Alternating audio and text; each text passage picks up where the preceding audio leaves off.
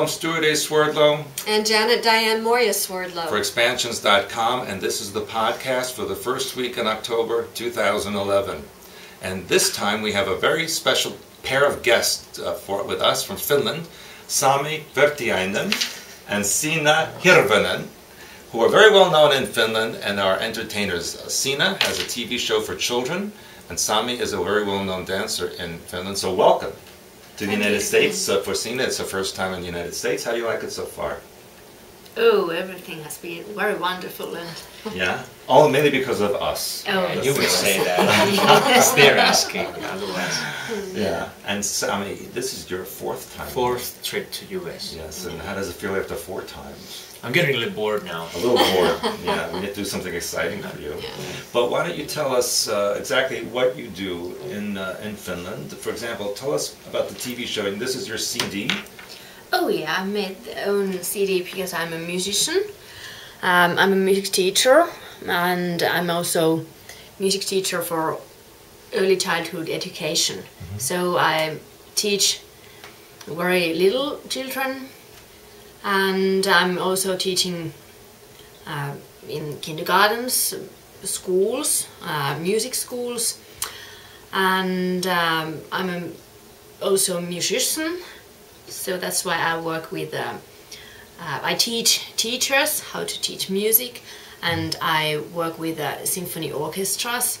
I have my own band, this magic radio, Taikaradio, and we are having our own performance and music concerts with children and the whole family.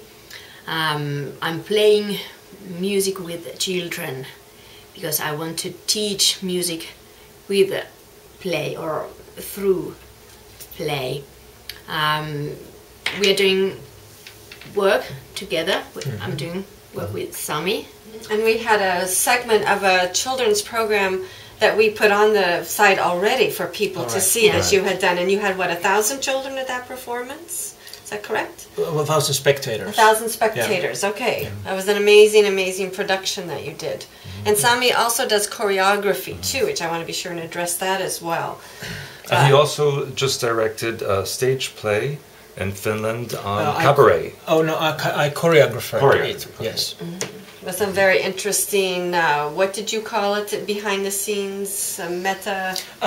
We're trying to incorporate something that we call the meta levels, so that while the plot and the actors are going on there, we're trying to fit in sort of like what I even referred as hyperspace levels of message, sort of like if I embed something with dancers into a normal scene, then it sort of gives you like 5 or 6 different layers of stuff for the audience, and then it's up to the audience to sort of interpret those, and they can find out more about the characters and the plot and about, well, basically anything with these meta levels that we're talking about. Was that unclear enough? No, I think it was very perfectly clear. Yeah, I think so. Yeah. And what are your plans when you get back to Finland? You have a show to do right away. Yeah, it's I'm dancing in a musical called Dance of the Vampires. They even had it on Broadway for like 5 performances before it closed down. Oh, was that popular? Yeah, it was that popular. It was very different from ours. So I have these nice teeth and everything there. But yeah, I had the show on the same day that we go back. Oh wow! Yeah, it's a tough schedule. Let's see about that jet lag there. Yeah. And you travel all over Finland doing shows much of the time. Mostly I try to stay in the southern part because then I don't have to travel so much. It's easier. But yes, I do in the big theaters of Finland. Are you planning maybe in the future to go into other parts of Europe or even North America? Well, I would like to, but let's see how what develops. And you two you collaborate a lot with everything? Or I know you have your show, you have your work, but then you also create things together. yeah.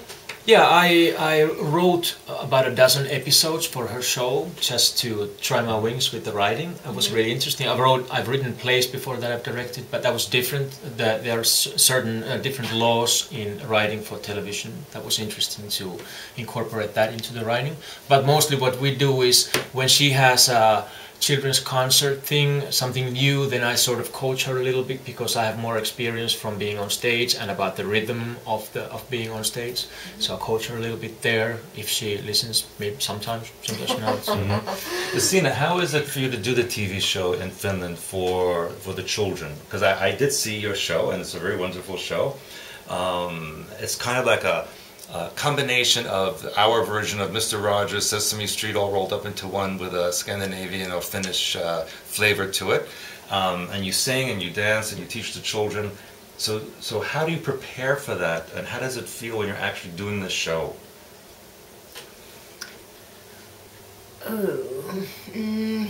Well, in other words, do you spend a lot of time writing or, yes. or scheduling out the different scenes? And She does. Yeah, She's just very meticulous and takes a whole lot of time to do that. And I think one thing we had talked about before was that people don't realize how challenging it is to sing and act and listen to the music and all the things that you have to put together, like you're talking about the choreography.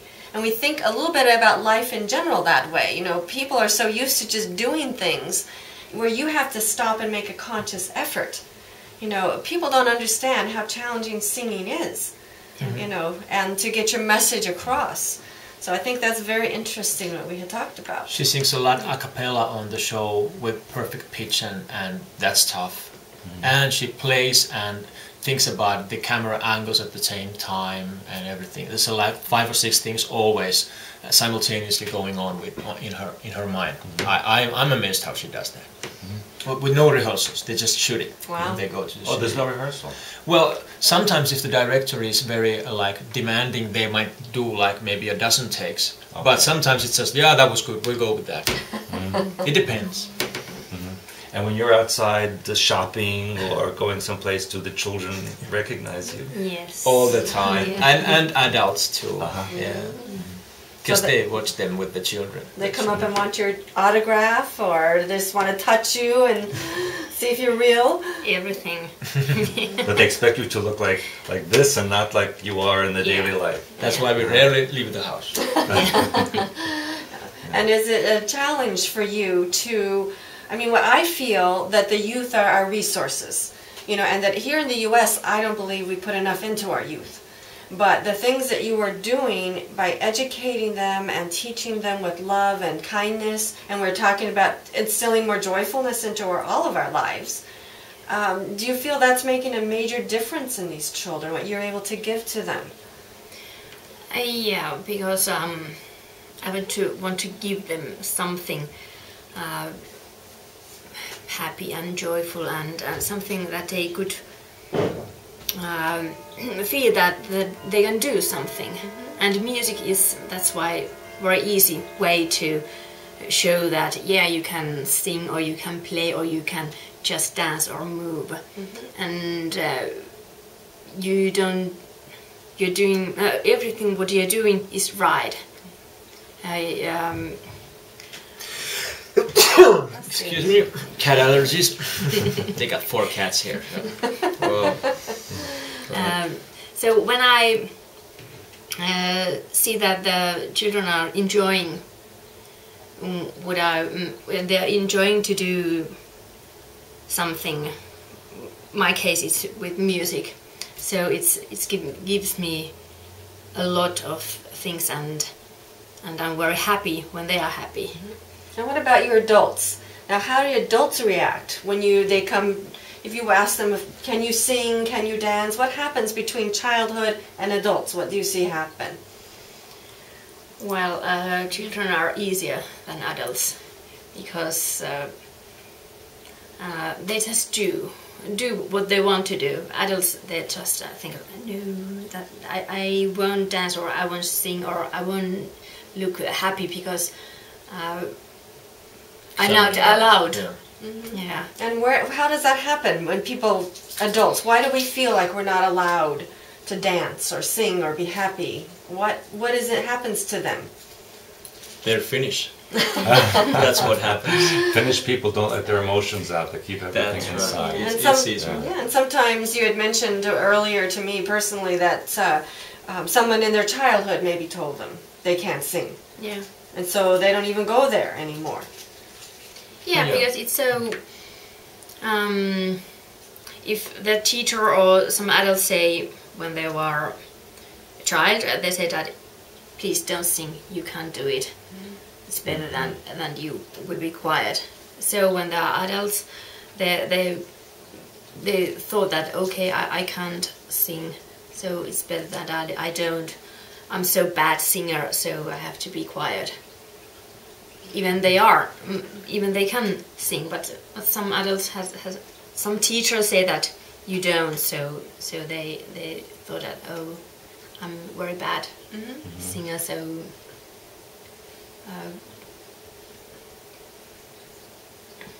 I'm trying to give them some positive feeling and things that you can sing, but yeah, it's okay, you can do it. You can do it, but you don't have to be perfect with it. Doesn't have to be perfect. Yeah. They can just be what they are. Yeah. And I find that a lot in my own work, because one of the things I work with people to do is to communicate, to open up the throat chakra so that they can, and music, if people would allow that in, but they're afraid because of what people have told them long ago. So here you are with the children who are open and receptive, and then you get adults. So perhaps the children you're working with today, by the time they're adults, they will be able to be positive and be able to communicate better. I think what the gift that you're giving them is very wonderful, and I think we're trying to do that ourselves as adults, bring more joy, more happiness, more playfulness in our life. And I think what you're giving to the youth is amazing opportunity. I think to adults also, I think if adults will see how children react and appreciate these expressions, that may open them up as well. And both of you, between the dancing and the singing, all the entertaining, it's really expressing a lot of inner joy, inner God mind, and putting it out into physical reality. So I think it's a very wonderful work that you both do. And the choreography or the movement, that to me those are archetypes in motion. And so of course you add your color to it with either the sound or the frequency that it creates, but I mean it really is color, tone, and archetype put together in a way that is experiential. Right. Versus just reading. Reading is good, but we need to also take it to another level, which I think the two of you are actually doing in your work, which is amazing.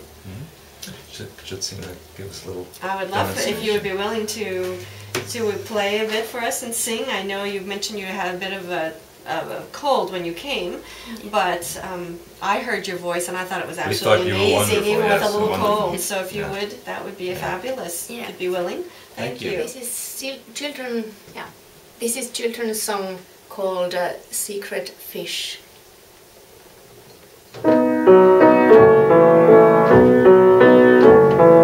Salaisuuden kala hiljainen värähtelee veden alla. Salaisuuden kala hiljainen värähtelee veden alla. Sen voi verkolla pyydystää, vähän ymmärtää elämää. Sen voi verkolla pyydystää, vähän ymmärtää elämää. Salaisuuden kala hiljainen värähtelee veden alla. Salaisuuden kala hiljainen värähtelee veden alla. Sen voi verkalla pyydystää, vähän ymmärtää elämää. Sen voi verkalla pyydystää, vähän ymmärtää elämää.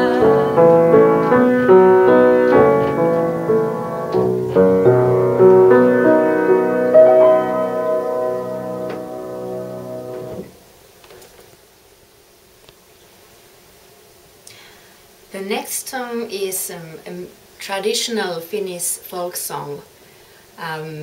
It called it Yksi ruusu on kasvanut laaksossa. The rose has grown up in the valley.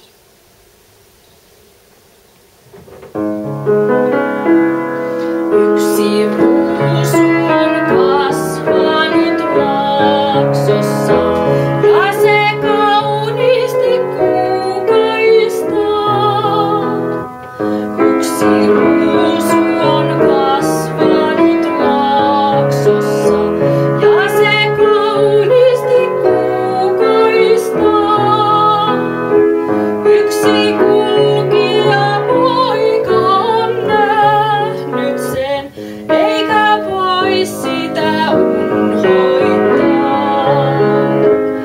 yksi kulkija poika on nähnyt sen, eikä voi sitä unhoittaa.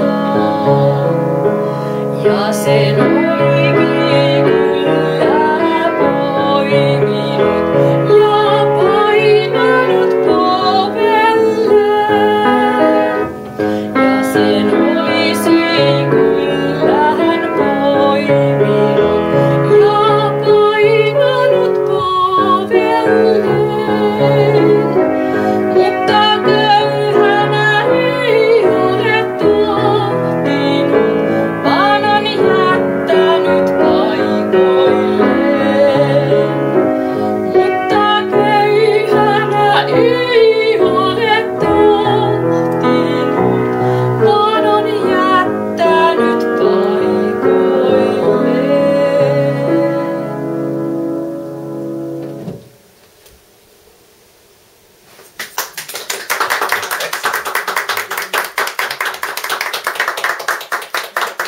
Excellent, thank you. It was lovely. Thank you so So much. well, but No, we thought it was beautiful.